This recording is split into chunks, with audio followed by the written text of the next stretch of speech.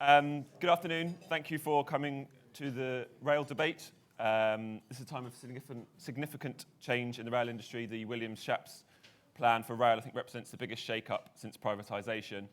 And at the same time, rail is at the centre of some of the biggest policy debates that are going to shape politics over the coming months and years. The recovery from the pandemic, the need to rebalance the UK economy and level up the regions, and the increasingly urgent need to decarbonise and to build a cleaner and more sustainable economy. So there's lots to talk about. That's what we're here to debate this lunchtime with our expert panel from industry and politics. I'm Daniel Bond. I'm the Head of Political Engagement at Dodds. We're joined this afternoon by Chris Heaton Harris, the Minister of State for Transport, by Andy Bagnall, Director General at the Rail Delivery Group, by Andrea Green, Business Development Director for Transportation at Costain, and Claire Walker, Co-Executive Director at the British Chambers of Commerce. Over the next hour and a bit, we're going to be discussing how rail can support Britain's post-pandemic recovery, how the private sector and the public sector can work together to ensure that Great British Railways is a great British success story. Hopefully there'll be plenty of input and questions from the audience as well. This is the rail debate, so we want to hear from you. We want to hear from as many people as possible. I'm sure there's lots of people with expertise from industry and as users of the railways as well. But I want to kick off by asking our guests to introduce themselves and, by way of an opening statement, to answer our main question of the day: how can the rail sector help answer the immediate challenges facing Britain post-pandemic and help Britain's long-term prosperity? And I think we'll start with you, Andy, to kick us off. Oh, am I going first now? Okay. No, that's okay. Thank you. Hi, Andy Bagnall from the Rail Delivery Group. For anyone who doesn't know, the Rail Delivery Group is the trade body for both Network Rail and private sector operators, and we run ticketing and information and reservation services. So if you haven't heard of us, if you've ever used the train, you've interacted with us without knowing it. We're one of the organisers of today's event, but should also thank RIA and the High Speed Rail Group as well for their support. I think I'd probably start by saying that industry really welcomed the white paper that the government has really published. The industry's been calling for reform for several years, and we're very pleased to see that a number of the reforms that we've been advocating for made their way into the white paper. So a new arm's length body, we now know Great British Railways, new contractual model, replacing franchise, and steps towards fare reform, all featured in the white paper. And this reform agenda is coming at an absolutely critical time, I think, as we emerge from the pandemic. We need to get bums back on seats, not for its own sake, not for the sake of rail as a sector, but for those wider economic and environmental benefits that rail brings. On the economic side, the railway connects people to jobs, businesses to their customers, goods to supermarket shelves. Obviously quite topical at the moment with the HGV drivers crisis, really highlights the role of rail freight in the economy. And on the passenger side, recent RDG research suggests that the spending associated with rail adds a whopping 133 billion to the economy. That's, people going on leisure trips, the hotels, and the leisure spending that's associated with it. So that's on the economic side. On the environmental side, rail is inherently green as a form of transport. 10% of passenger journeys are made in rail as a mode, but only 1% of transport emissions. So genuinely think that the railway is essential to the government's levelling up, but also net zero by 2050 agendas. Really critical then that we get this right. I'm quite optimistic that passengers will return to the railway when one looks at it over the long term, but I don't think it's going to fall into our laps. I think we're going to have to work hard to achieve that, and that does mean getting the detail that underpins the sort of headlines in the white paper right. And for us, for RDG's private sector train operator members, there's probably three things that really matter in terms of making sure that we get the best of the private sector to drive that recovery. I hope we'll get into the detail in the questions, but I'll list them briefly now. The first is a new culture for Great British Railways. This was explicitly called out in the white paper that it must be customer-led rather than producer-led. And Keith Williams, the author of the review, a couple of years ago in a speech, he said, slightly unfairly, we're not going to put the engineers in charge. Now, I'm conscious, Andrew and I were talking earlier, and Andrew is an engineer sitting right next to me, so I need to be careful. But the point he was trying to make, I think, is it has to be focused very much on the customer rather than on process. Second thing that's absolutely critical is the new contractual model, so what we replace franchising with. And even when moving towards a more concession-based approach in the contracts, I think it's going to be absolutely essential that the operators, which is the bit of the system closest to the customer, needs to have the flexibility to be able to respond to changing patterns of demand. So a decentralised relationship in that contractual model is going to be absolutely key. And then lastly, retail and fares reform. The white paper signals a very positive direction on a lot of this. For example, more pay-as-you-go outside London, simplified long-distance fares to remove that peak-off-peak cliff edge. But where the white paper stops short is really setting out the pathway to how we're going to achieve that, and particularly the rewriting of the fares rulebook, the regulations that underpin the rail fares system that would facilitate those outcomes. So hopefully we'll see more of that in the spending review later this month. So I'll pause there. Those are the things that the private sector operators are looking for, and as I say, I hope we'll drill into that in the questions. Brilliant. Thanks, Andy. I'll go over to you next, Andrea. Thank you. And I am an engineer. I'm very proud of that. Thank you very much, Andy. So for those of you who haven't heard of Costain, you should have, because we've been around for 155 years. We're a great British engineering brand. And I am incredibly proud of being part of that brand. You'll have seen and heard of lots of things that we've done. Channel tunnels, Mulberry Harbours, Thames Tideway Barrage. We've done barrages in Cardiff. We've been involved in most UK infrastructure over the years. And throughout that time, we've continued to innovate and bring new technology. We call ourselves a smart infrastructure solutions provider. I just think we're great engineers. And I think, for me, what's been incredible over the last couple of years is that despite all of the huge challenges that we've undoubtedly got as a nation, it's incredible that we're still delivering. And that's something that as an industry we can be really proud of, whether it's services to customers to make sure we get people to where they need to be, whether it's major infrastructure projects or actually just keeping the handle turning on our economy. We employ 3,500 people directly, probably in our wider supply chain, it's probably more 50, 70,000. And beyond that, there are lots of SMEs that add fantastic value to our business. So a major infrastructure solutions provider like ourselves, about half of all of our income gets spent with SMEs, and I think that surprises people. So it's incredible that we're still delivering, and building on what Andy said, clearly culture, franchising model, retail and fares reform are so important. I mean, for me, the cultural reform is all about a passenger-led service, the customer. The customer needs to be right. I was talking to Claire earlier about it needs to pass my mum test. She needs to be confident to get on that train and know she's going to get where she wants to get to and do it comfortably. It needs to present value for money for her so she doesn't get into the car. I also think there is a huge opportunity in rail in the UK for innovation and technology. I work across transportation. When you look at some of the innovation that's been put into HGVs, road-going vehicles, the same thing hasn't substantially happened to rail. So there is a huge opportunity there to bring innovation and technology. And finally, for me, considerable operational reform. If any of you have ever been involved in delivering rail infrastructure, for instance, if I want to put a railway over the rail line, it can only happen at Christmas. And it can only happen within a very, very tight window. And if we go outside of that window, the penalties are severe. So we have lots of people as backup. We have lots of equipment as backup. You can imagine how expensive it is. All of that process and system, which has been built up over the years for the right reason, substantially needs a rethink. And that is what I'm really excited about with Great British Railway, because it gives us an opportunity to rethink the way we deliver these major infrastructure projects in the UK. We bring innovation and technology and we deliver for the customer.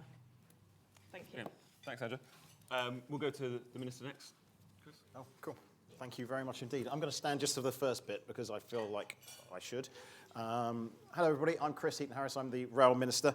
And it is Tory party conference, so can I just make a tiny political point at the very start, which is I'm really glad this room is rammed full of people, because the version of this meeting last week was barren. landscape in front of them.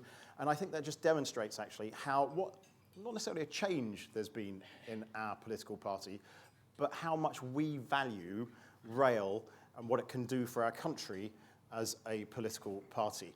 I'll emphasise that in a number of ways, but I'll do it in the answers to questions. But to answer the exam question you've put in front of us, I inherited this brief 2 and a bit years ago.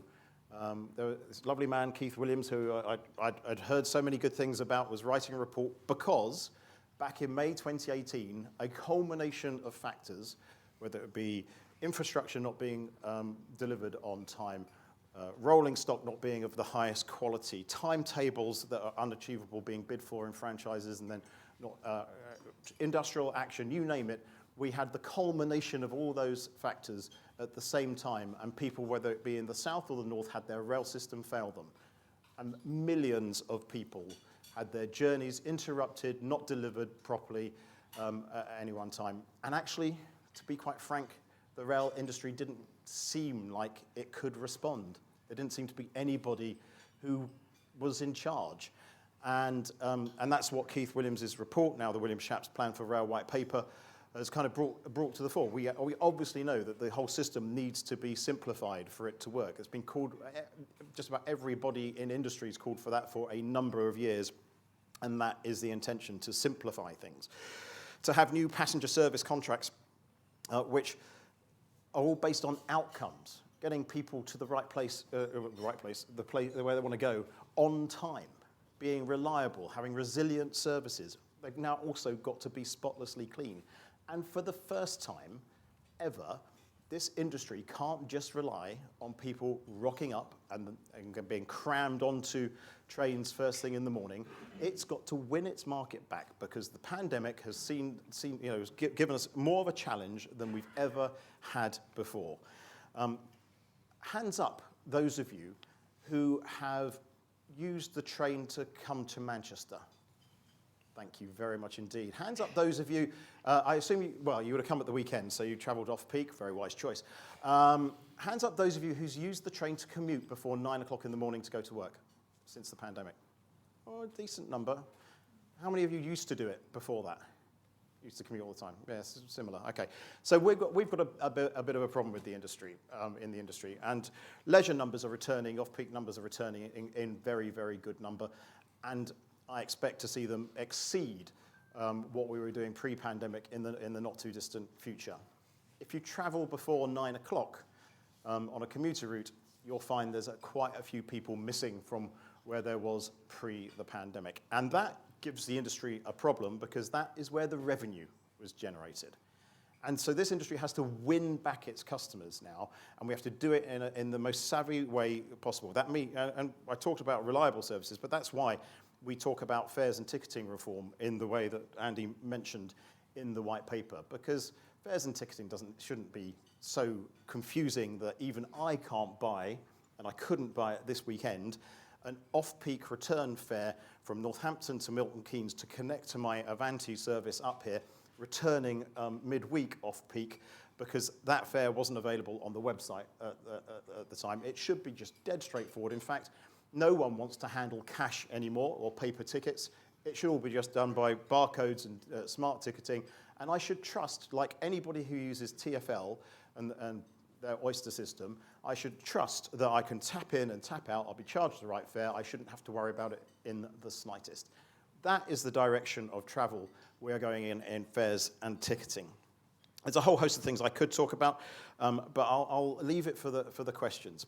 But the point of the reforms, the point of the white paper, is to simplify our rail system so it delivers for passengers and customers, because I do include, as you know, Andy, I bang on about freight customers rather a lot, and boy, have they become important, not just throughout the pandemic, but in the last few weeks, the importance of that market has come to the fore. And our system needs to deliver for the punters who pay for it.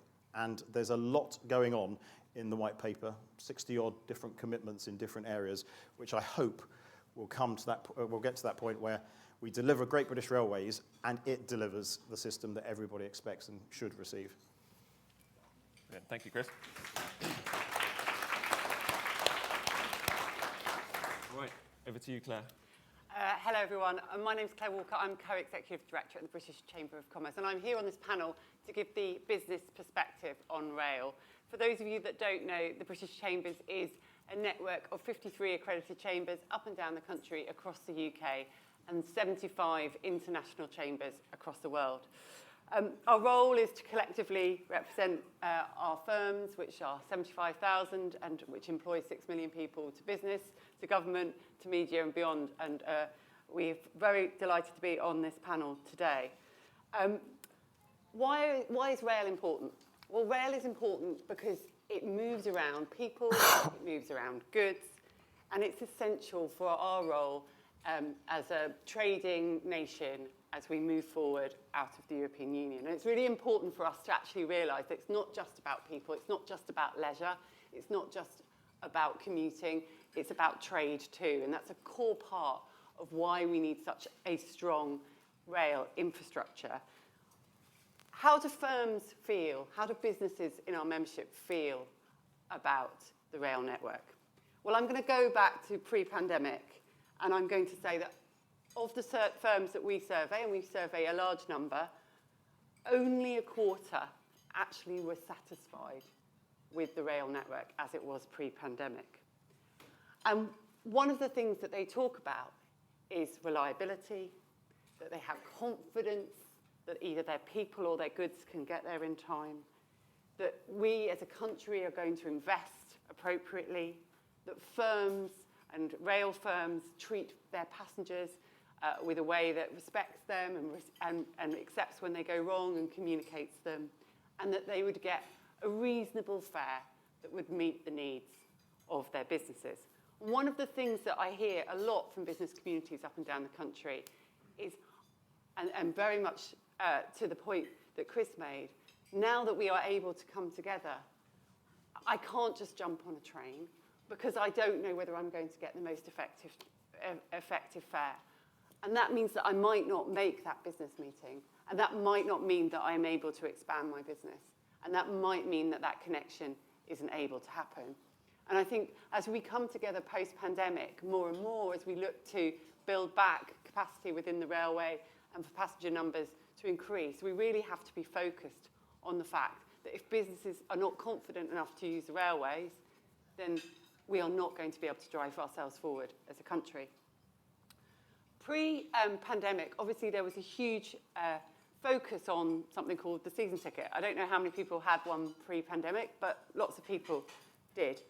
And as we move forward to the Williams review, we saw some really exciting promises around fares. We saw some movement around something called flexible fares, and we saw some movement towards some of the ambition that Chris talked about.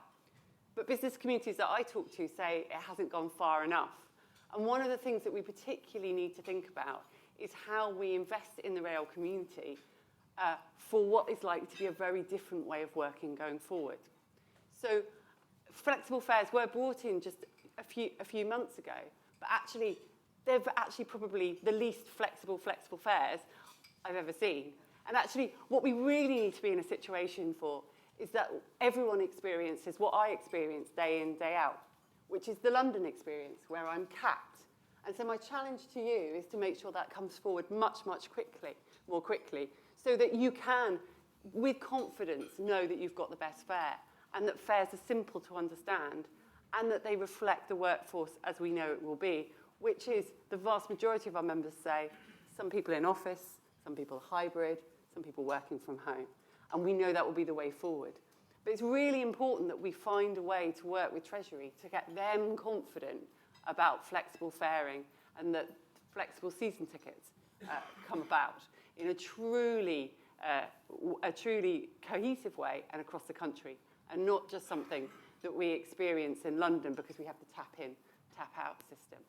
The other thing that business communities talk to me about is long-term plans.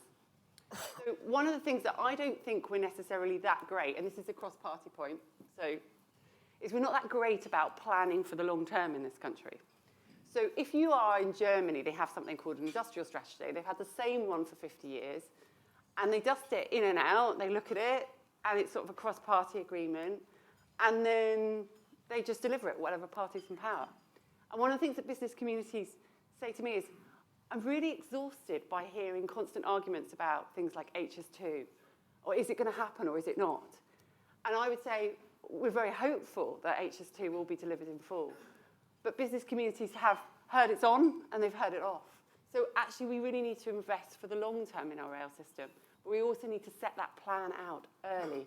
Because there have been stages during the HS2 process where businesses that have invested space and time along that route have been told that that might change. And they have made huge investments with people and skills and relocation to see that turn away. And that's not the kind of communities that we want to support. That's not the kind of work that we want to do. We want to make sure that we are investing in towns and cities and, and really maximising the ability that rail comes to them. So I would say, please do more on fares. You've already made a great start. But also, let's set out a plan for the long term around investment. And let's work together to make sure that the Treasury also see the importance of that. Thank you.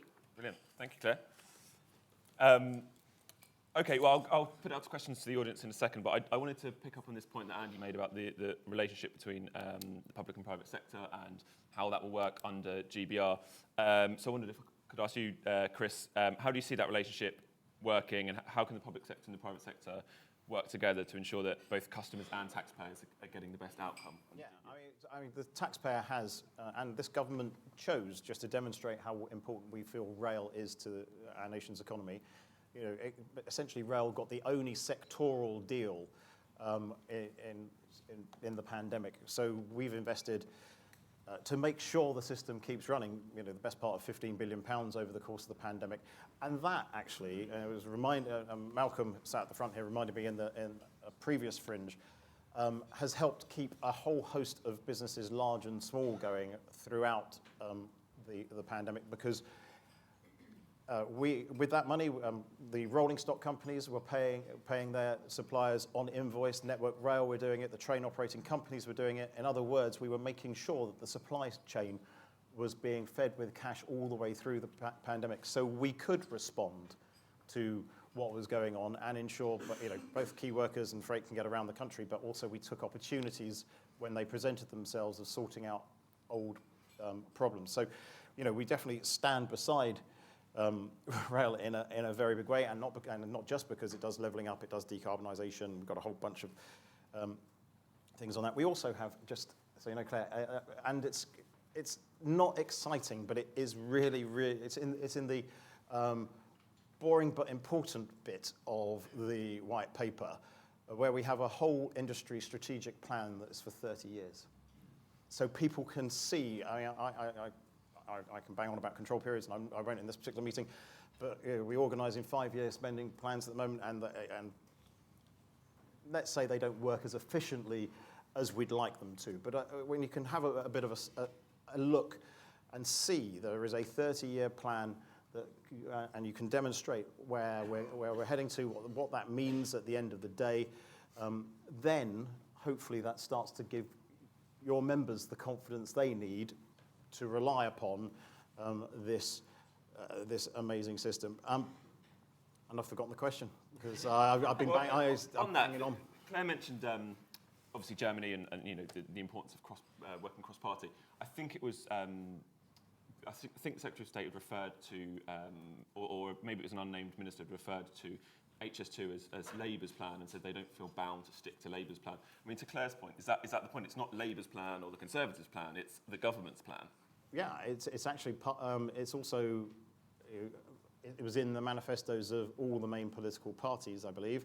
It's been voted on a number of times in Parliament with majorities of like 500. Yeah.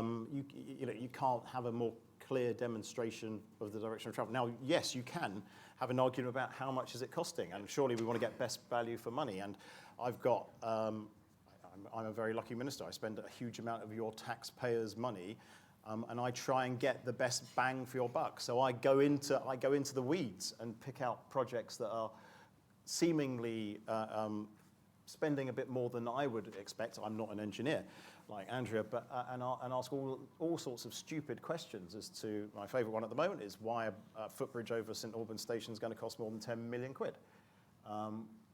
Why should it? How could it be that much? And the industry comes back and it answers my questions, and I get frustrated.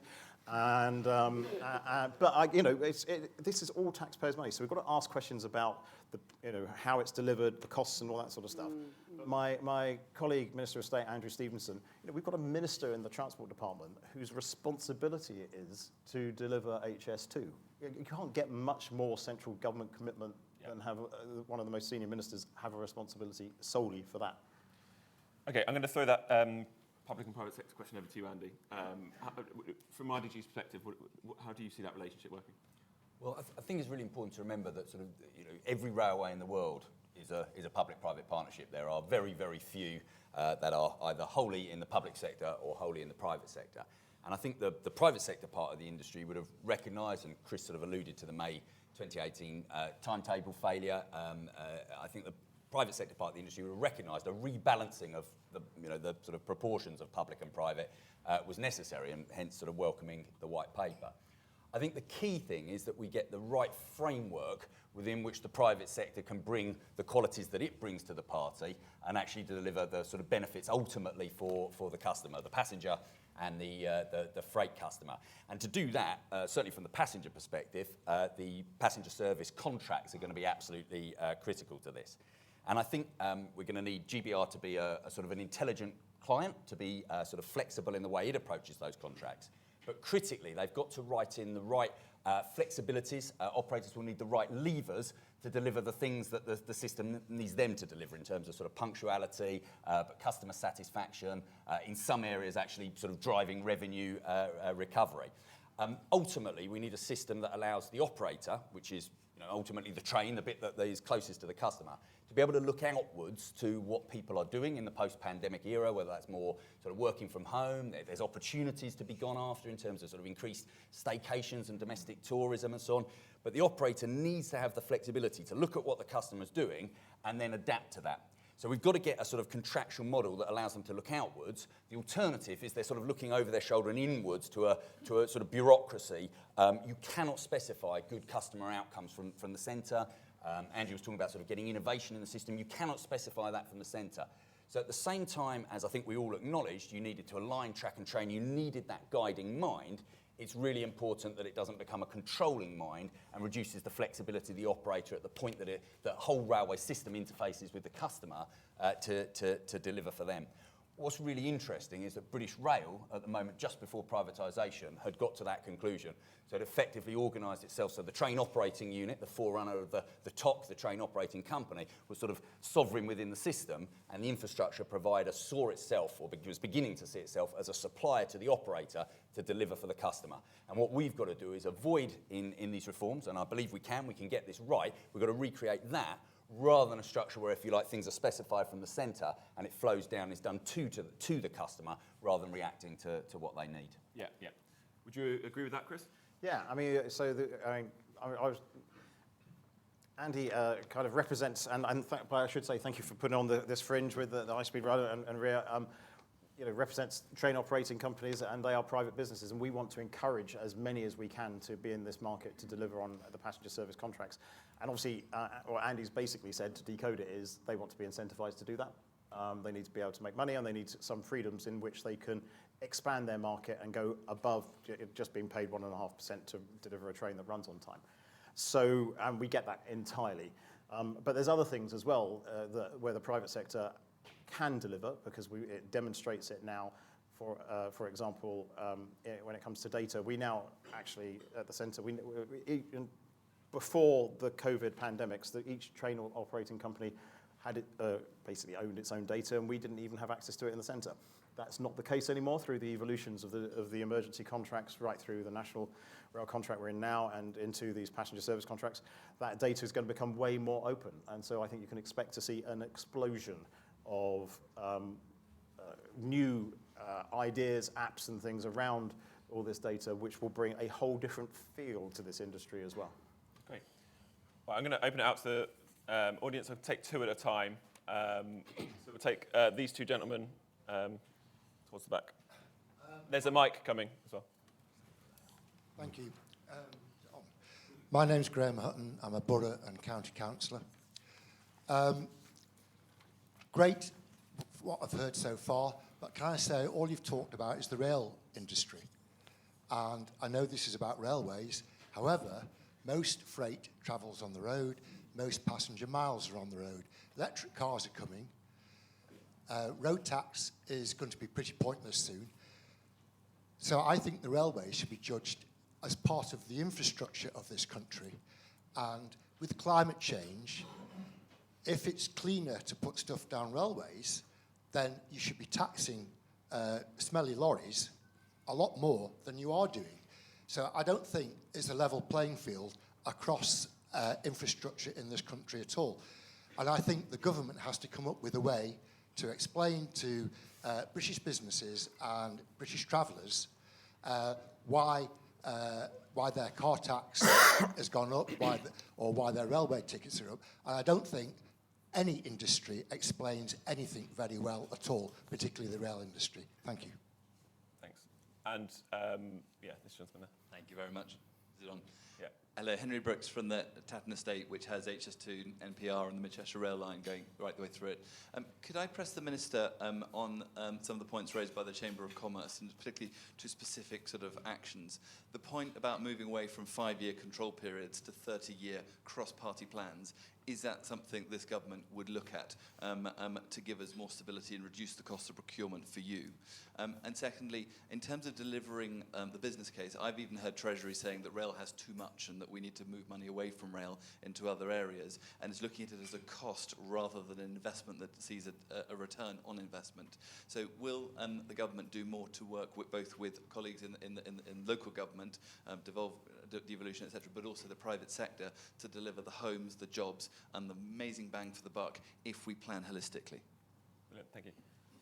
Chris, do you want to answer those directly? Yeah, I mean, this, so the second question first, if I may, because what Henry talks about is quite legitimate. I mean, there'll always be control periods in rail. For some reason, the industry is completely wedded to them. I think my job is to make sure that they're not dips where you get spending just in the middle 3 years and then very little spending at the beginning of a control period and very little spending towards as it ebbs out, and to flatten that curve. And the whole industry plan should be, strategic plan should be one of those things that helps do that. So it structures the control periods in a better way, but you'll still have control periods. An official came in the other day to talk to me about what control period 8 was looking like, and that's a long way away. If that's like, how many years away is that? Oh, crikey, 2024. Yeah. Anyway, I'll be elsewhere by the time that happens. But actually, the holistic look that you talked about, working with colleagues not just in, I can't remember what MHCLG is now called, Deluxe, and colleagues in local government. I'm the very lucky minister to be in charge of the Restoring Your Railways brief, where we've actually been doing that in a big way, literally working with individual local authorities where these the reversing of beaching lines is going on, to see what economic development that can bring, what housing development that can bring, how you can bring all this together, what it actually means for the communities as well. And it's been an interesting learning curve, I think, for many in the rail industry, because it's always been an industry that's been able to kind of just plonk things in, pretty much, and it's never had to work beyond that curve. Now, I'm also the sponsor minister for East West Rail, and we're talking about a lot of homes that are going to be built along that route. So I work hand in glove with the housing minister on those things, because that's, that's what you would expect us to be doing. Graham, your point about the industry not not selling itself, maybe. I mean, firstly, I am the MP for the Daventry International Rail Freight Terminal. Anybody that drives up the M1 before you hit the M6, A14 interchange on the left where the rugby radio mast used to be, that's my constituency. You'll find, I think it's now about 15 or 16,000 people working there, where rail and road haulage comes together in the biggest strategic rail freight terminal in the country. I am mega pro freight on rail. It needs it does need a tiny bit of incentivization, to be quite frank, and we've got that in there is a grant available to take containers off the road. But not long ago, all freight moved around the country was coal and stone. Now, rail freight is moving all sorts of different things around the country, and opportunities are opening up because the price of road haulage is going up. And as someone who used to, I'm one of the few people in government who has contracted road hauliers in the past. I used to import and wholesale fruit and veg in New Covent Garden Market, working nights for 11 years. I understand the tensions that business has always had. And now when you've got Amazon and others who want to employ thousands of new drivers locally, where the chap can, or lady can earn as much as they were earning driving a lorry, but can go home at night and not have to worry about where they're going to park up their safety and all those sorts of things. You can understand the tensions that exist in that market now. That is an opportunity for rail freight without a shadow of a doubt. And the Williams-Shapps plan for rail also talks about access rights and how we can change those a bit so we can incentivize more freight to travel by rail. Brilliant. Thanks, Chris. Claire, I wanted to ask you that question that the gentleman asked around, is there a level playing field around taxation? It's a really interesting point. I think what we would say is that, we want our, businesses to be able to move their goods and their people around effectively. We would obviously like rail to be part of that, and I think I talked about that when we first came in. And also aviation plays a huge role in terms of our global trade, and actually aviation rail hubs is a really important part of making that happen. And I was just with Heathrow talking about their fantastic work they're doing around sustainable fuels. But actually, I think there's a broader point. He talked about smelly lorries, sorry, I didn't quite catch his name. But actually, businesses need to be incentivised to start moving all of those vehicles and transport into a net zero position. We're all committed to moving to that. The only thing that I hear consistently from businesses as holding them back is at the moment, it is cheaper for them to run sometimes and to buy non-net zero compliant vehicles or non-net zero compliant infrastructure than it is for them to buy electric lorries or electric vans. And that is completely converse. So we've got to move to a point where we have an entire infrastructure in the UK that is net zero, and it's not necessarily rail versus freight, and it's not necessarily aviation versus rail. It's a completely integrated system, but which with all of them is driving for a net zero future. And at the moment, I don't think we've quite got the incentives right. We look to the budget to see whether we'll get some more from the Chancellor on that, but at the moment, I'm not sure it's quite there. Yeah. Right, Andy? I think Chris really covered sort of Henry's question pretty comprehensively, so I won't dwell on that. I mean, clearly GBR does offer an opportunity for more holistic and long-run thinking. I think that's one of the main strengths and something that I think most of the industry would agree was missing, so that's a good thing.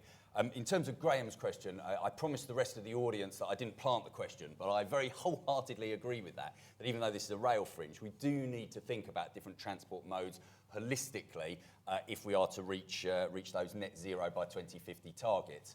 I will do my best as well to make the case for the sector in a way that you feel perhaps we haven't done. I would certainly argue that although only 1 in 10 people use the railway, 10 out of 10 people benefit from it for the reasons that I set out in my opening remarks. Those economic benefits, but also very, very sort of critical to your question, the environmental benefits. And I think there's a real danger that as we come out of the pandemic and new commuting patterns get sort of cemented, that we see a car-led recovery.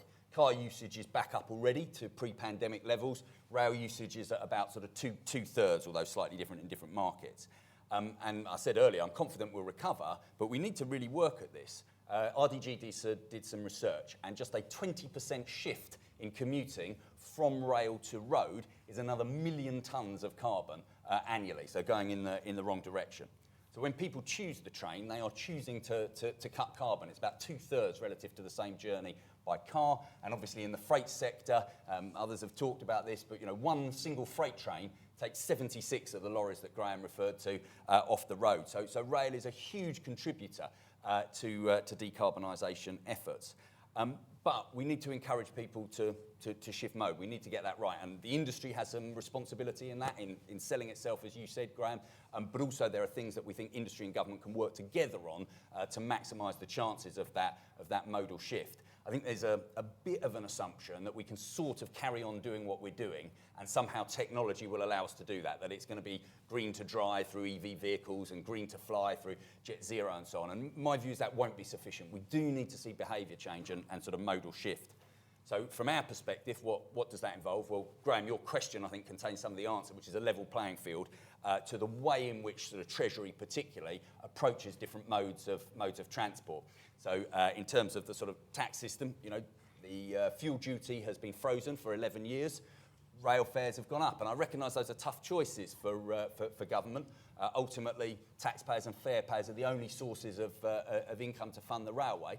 But clearly, when we're holding fuel duty constant and gaining more of the funding of the railway from the fare payer, which successive governments have done over the last 20 years, clearly that is going to have an impact on the modal choices that people make.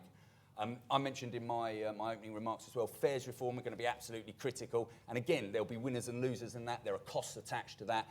But we believe that Treasury should look at that, not just from the point of view of encouraging people back to the railway for its own sake, but for that wider decarbonisation benefit. And then, of course, as well as sort of, if you like, the right incentives and that level playing field approach to the fiscal approach to different transport modes, clearly we do then need the sort of the investment in capacity. So that does mean HS2, but it also means electrification and particularly actually infill bits of electrification where small, relatively speaking, measures now can have a really large impact on freight particularly. Brilliant. Thanks, Andy. Andrew, do you want to come in on either of those two questions? Yeah, I'm an engineer. We've said it twice already, haven't we? All of that's really interesting. I think one of the fundamentals we all have to bear in mind is that transport is a blended solution in the UK. Rail is not the whole solution, but it is part of a really big solution. And one of the reasons why rail has got the advantage is because you can electrify it relatively quickly. The reason it's overhead electrification is because you can't get enough batteries in a train. That's why they're all electrified. There's a great little innovative business, though, near Liverpool that's created one of the first battery trains. They can't go very far because batteries, the technology's just not there.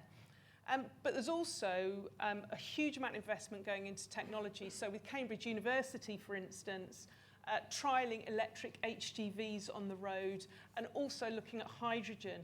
HGVs present a massive technological challenge in terms of decarbonisation.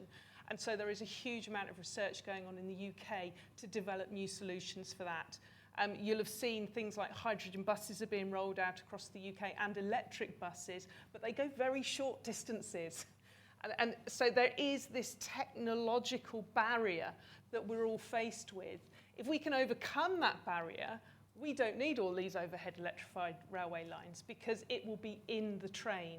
So we're in that kind of technological change phase at the minute where we're in this race to try and create electrified vehicles at scale. If you go and have a look in the main hall today, there's a lovely business called Sun Rentals. They do excavators, but they can only go up to 3 ton electrified at the minute. And he'll be able to explain to you all of the reasons for that. So there is a huge amount of effort going on across transport to electrify, but there are still those technological barriers. Yeah, thank you. Let's take a couple more questions then. There's a woman in the back in a sort of turquoise. Thank you. I'm Councillor Churchman, the Isle of Wight, but I used to be a trustee at Bluebell Railway, so I'm very, very much into steam trains. Remind people the Victorians built heavy rail to move freight. Passengers really came as a second thing. And at last, I've heard somebody talk about freight. Our trains, certainly going up from Portsmouth, for example, are empty during the day. Why don't we start to maximise those timetables to move freight during the day when there are very few passengers? We're missing a trick here. Secondly, what's the point of having a good railway system if it doesn't connect with motorways? M25 built without one rail connection, if I'm correct. So we're encouraging lorry traffic. We want to be greener. So why don't we seriously consider freight in the middle of the day, at night, whatever? It's not beyond the wit of man to do this, I'm sure. Thank you. Thank you. And gentleman there as well, standing at the back. Thank you. My name's George Bathurst. I'm one of the promoters of the Windsor Link Railway. And when we were rejected before the last election, I took it a bit personally because I thought maybe it's me, maybe I've just upset the officials, but maybe the idea of a profitable railway that saves the government £1 billion is just a bit too right-wing for officials at the time. But then I discovered that all 35 proposals across the country that weren't generated internally by the DFT or Network Rail were also rejected, so it can't have been just me. So what advice would the panel give to private promoters, whether they be for profit or not for profit, but they're sort of not invented here schemes? What advice would you give those? Because they're feeling a little bit neglected at the moment, and how can... so there's plenty of room for private operators and private constructors, but what about private initiators that actually bring different ways of building things to the market? All right, brilliant. Andy, I'll go to you if you're ready. Okay, so I'll probably defer to the Minister on George's question there in terms of the things. But, hang on, but what I would say is that obviously, and this will come as a huge shock to everybody in the room, that a representative for the railway industry does support more railway, and also RDG being the trade body to represent at the moment both public and private sectors, clearly finding ways to lever in private investment into new bits of infrastructure, as well as obviously the private sector being involved in the supply chain, the construction, train operation and so on. We do think there are advantages. Clearly the private sector has something to bring. In terms of the sort of the freight question that Councillor Churchman said, I mean, again, certainly support maximising use of capacity. Now, I know it won't be universally popular in this audience, but one thing that will be a huge injection of capacity is HS2. And you might be thinking, well, hang on, that's obviously a high-speed railway for passengers, so what's that got to do with freight? One of the ways in which I think the argument for HS2 has been sort of missold is actually the additional capacity that a new mainline, the first mainline for, since Victorian times, as you referred to, that huge amount of capacity will not just benefit the passengers using it to travel at high speed, from north to south. It will actually free up a huge number of pathways on the existing railway by sort of channeling the fast trains from both the East and West Coast main lines onto that new high-speed main line. There are literally, tens of stations that HS2 will never stop at that will benefit by having additional sort of passenger commuter services. And HS2 will also, by injecting capacity into the system, free up a whole number of freight paths, which will allow some of what you're talking about in terms of greater use of freight. And it's worth saying, actually, I think one of the things the white paper does very, very, very well is actually give a focus on freight in terms of a national coordination team. There's talking about a target to promote freight and a duty on Great British Railways to promote freight. So I do think, again, particularly it's topical at the moment with supply chain issues, that freight could be coming into its moment if we get it right. Now, there are, of course, as with everything in the white paper, lots of questions of detail, what that target is going to be, how will the access regime work. By the way, we think it should be tripled by 2050, just to get that plug in. But assuming we can get those details right, actually there could be a real golden era for freight that we're moving into. Brilliant, thanks, Andy. Right, Chris, freight and any advice for the gentleman? Yeah, advice to the gentleman, George. I've heard lots about the schemes where these private schemes where there's no need for taxpayers' money, but I'm yet to see any real scheme come forward that's going to put skin in the game. So put skin in the game. We have 370 million of private investment and made a profit for the government over their lifetime, but we never got to the stage of having that even considered. Yeah. And I don't think anybody did. So is that? And what's the total cost of the scheme? 370 million. Yeah, well, come and see me because I'm interested. And I seriously mean that. And I'll swap cards or numbers with you afterwards. But it's there you go. But yeah, and actually there's different ways of doing this now because the promoters of the Cotswold line to enhance the Cotswold line have got a lot of money from government, other government departments, and they've decided actually instead of waiting for my department does go through processes rather slowly, and actually we do have to go to Treasury for every tiny bit of spend that we do at this point in time, because we don't have any delegations on spending since the May 2018 debacle. But yeah, the Cotswold line are saying, well, we'll stick our money up front whilst you're sorting everything out. We will put some money up front that we'll raise locally. On the point about freight, though, there's some rolling stock companies down the front here, and I've been in a modified passenger vehicle where essentially, which I believe has got its first customers. It runs up and down the network from Euston, I'm pretty sure it is, and it shuttles around supermarket trolleys, as it were, not as in the trolleys, but trolleys full of goods, and therefore they're picked somewhere, shoved onto the train, can be delivered, and then it's just the last mile delivery. That's the important bit to get right there. So freight is expanding in all sorts of different ways, but it is the regime behind access that is actually the truly important part of this equation, which is complicated and very legalistic. So it's something that's going to take a little time to get right. Great, thank you. Claire, Andrew, do either of you want to come in and lead this? No, but my only suggestion would be to join your local Chamber of Commerce, because they are very good in terms of pushing forward local projects. But I think probably Chris is going to have a cutting ribbon ceremony very soon. I do think the councillor has got a really strong point around the integration of transport, though. I do think when we model our transport in the UK, we tend to look at individual modes of transport rather than an integrated version. So there is potentially a question of whether we move to integrated transport modelling, so that, as you've just said there, we get the maximum amount of freight and we're going from one mode to another. So there are some technical challenges to that, but I certainly think that the future definitely is integrated, and certainly to maximise capacity across the network, it's probably essential. Brilliant. All right, let's take two more. Can we keep the questions brief, please? I will do the lady at the front here. Hi there, I'm Jo Field. I'm the president of Women in Transport, and I also own a public affairs consultancy called JFG Communications.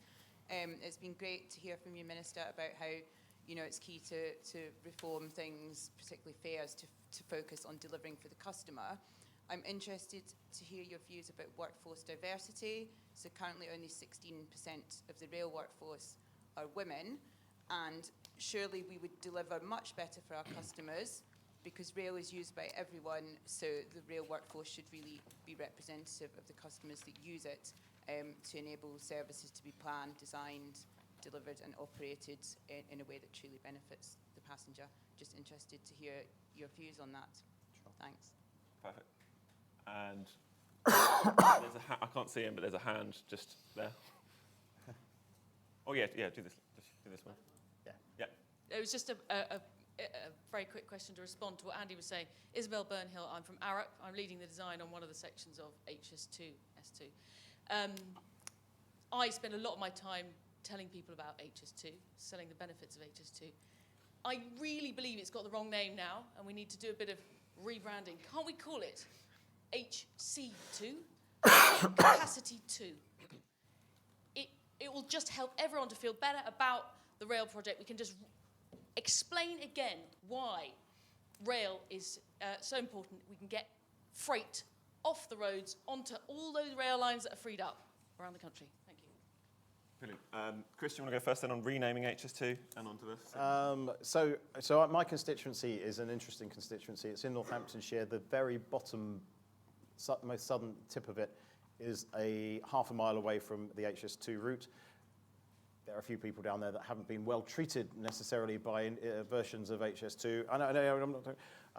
And there's a bit of antipathy, let's call it that, to HS2. But the bulk of my constituency is more Northampton facing, where they understand that there is a very good chance that there'll be, we get a service that gets to London in an hour and Birmingham in an hour, but that could actually speed up quite dramatically with the capacity that comes from HS2. So my constituency amplifies your point completely. And yes, we should. It is a capacity railway, but other people have sold it as something else. And is what it is. Joe, you're 100% right. I've spoken to, I am a boring, cracked male record on this. And it could be because I've got 2 daughters and I want every opportunity to be available to them. But also, this industry does not reflect the population in any way, shape or form. It's getting slightly better. I mean, it's not often. I speak to the general secretaries of the unions a lot.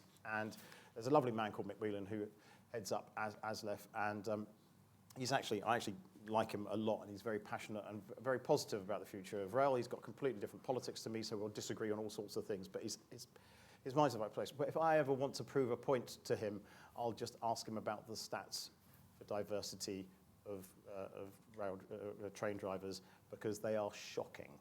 And he knows it, the industry knows it, and I know that we will not be in a position where we are potentially held to ransom in different areas if we have a much more diverse, in every way, group of people working on the railways. We are trying to do as much as we can. Even the advertising for these roles is skewed in certain different ways now to try and encourage people into rail. It's an extraordinary career at any level. It is a wonderful industry to work in. It's got a massive future. There's massive investment in it. There's so many opportunities, whether you're an engineer or in every field. And we're just desperate to try and get more women into role. Okay. So I was just going to slightly challenge the Minister here, because I think one of the things that we've seen on ticketing is that because there isn't a workforce that's representative, we haven't seen the movement that we'd like to see around part-time fares. And before the pandemic, I wrote a piece in the Railway magazine called The Part-Time Penalty. I'm one of the most senior job shares in the country. I do my job 3 days a week, although often it feels full-time. And I can do a tap-in, tap-out and live in London and have a season ticket. And my other half, who lives in Brighton, can't do that. So I think what we see through actually not having that diversity, and I know you're trying to change that, is actually the way that the system is moulded doesn't reflect the infrastructure that we want to see, the rails we want to see, the customer service that we want to see. So I think it would be great to see some more urgent action on this, and one way of doing that would be around really moving forward on flexible fares that are truly cheaper for all people, and hopefully also women who are more part-time. Thanks. Should we hear from Andrew? Yes. Hello, Joe. I'm a member of Women in Transport. It's a fantastic organisation. I think there are a number of aspects to it. I think the reform of standards, oddly, engineering standards, will probably make the biggest difference, because it's very unsociable. I worked in rail for much of my younger career. Then when I had children, I worked more in highways because it was much more sociable and I could take my children to school. Now I'm more involved in railways, but I do think reform around standards, when things have to be carried out, when the embargoes, will make a big difference. I think that's one big aspect. I think working part-time, absolutely, you're right, Claire. I do think that's made a huge difference. But I think there's one thing that we often forget in the UK, is that construction sites are very male-dominated. They're often very dark and wet and horrible. I went to an office the other week, and I spoke to a female engineer who was working there, and I said, how's it going? Have things changed? Have you got some changing rooms now? I remember having to go in an office and putting drawings on the wall when I started in this industry. And she said, well, we don't do that anymore, but we still don't use the changing rooms because they haven't got any locks on the door. So we still have to go and get changed in the toilets. And that was a real eye-opener for me, that, as Claire was saying, whilst people are working hard to try and make a difference, if you haven't got a lock on your changing room door, that's going to stop a lot of females from being brave enough to walk into that environment, particularly a very blokey, quite macho at times environment. So I think it's about creating an environment that makes everybody feel comfortable to turn up and be the best they can be. And I think Women in Transport are doing a great job at that, Joe. But I do think the industry is moving forward, and it's fantastic to see. Brilliant. Thank you, Andrew. All right, let's take some more questions. We'll take 3 on this round, I think. There's 2 over there in the far corner, and then we'll take this gentleman at the front. Hi, my name's Bav. I work for WA, which has a focus on transport policy. Sorry. I was actually wondering about GBR and the delivery of projects that are still yet to be approved. So would we have to wait for GBR to be created and implemented for those projects to go through, or how is the process behind that at the minute with the reforms? Brilliant, thank you. And there was a gentleman next to you, I think. Thank you. Martin Bolt, Group Leader for Transport and West Yorkshire Combined Authority. The exam question, as it was referred to earlier, is delivering value post-pandemic. Unfortunately, the Trans-Pennine Route upgrade, a multi-billion-pound project going across the Pennines, is failing to do that at the moment because of Network Rail's intransigence. The passenger facilities on many railway stations post-upgrade will be equally as bad as they are now, including in my own of Murfield, where one of Chris's predecessors, Andrew Jones, promised us a new railway station. Network Rail have just said you're getting an upgrade. It still won't be step-free, it'll have lifts to go across the tracks, and yet it's the only railway station in the Kirklees district with a direct link to London. Do you have a question, sorry? So why are we not monitoring the spending of these organisations like Network Rail and making sure they're delivering the ambitions of government? Perfect, thank you. Chris, do you want to answer those two? To the lady first, no, lots of these things are going ahead now. We're not waiting for Great British Railways to be set up. And in fact, as a former government whip, I am a legislation sceptic. So when the bill eventually comes forward, it will be a very, very tight bill that just does what's necessary, not what everybody would love, because we have tons of existing powers to just get on with this already. So no, you won't have to wait, and no, you don't have to wait, in fact, for some of this stuff. Martin, so I've been told, so I do monitor this, and I've been told that's not the case. So I'll have a conversation with you about that, and we'll have a chat. Andy? Not much really to add on that. I mean, I think it's absolutely right that we cannot allow the reform process that the industry is going through to create a sort of a hiatus. We need the industry to drive recovery from the pandemic generally. I think the industry and government are absolutely of one mind on that we can't allow this to sort of distract us.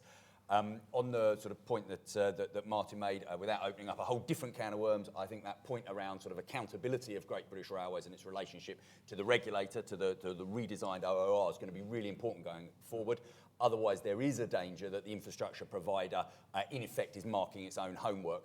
So I do think that relationship between sort of GBR, regulator and government is going to be absolutely critical to ensuring ultimately value for money for the taxpayer. Brilliant. Andrew? Final word on What Andy said. Perfect. All right, I think we'll have to wrap up there. But thank you for Yes, yeah. Thank you for joining us, everyone. And yeah, thank you for the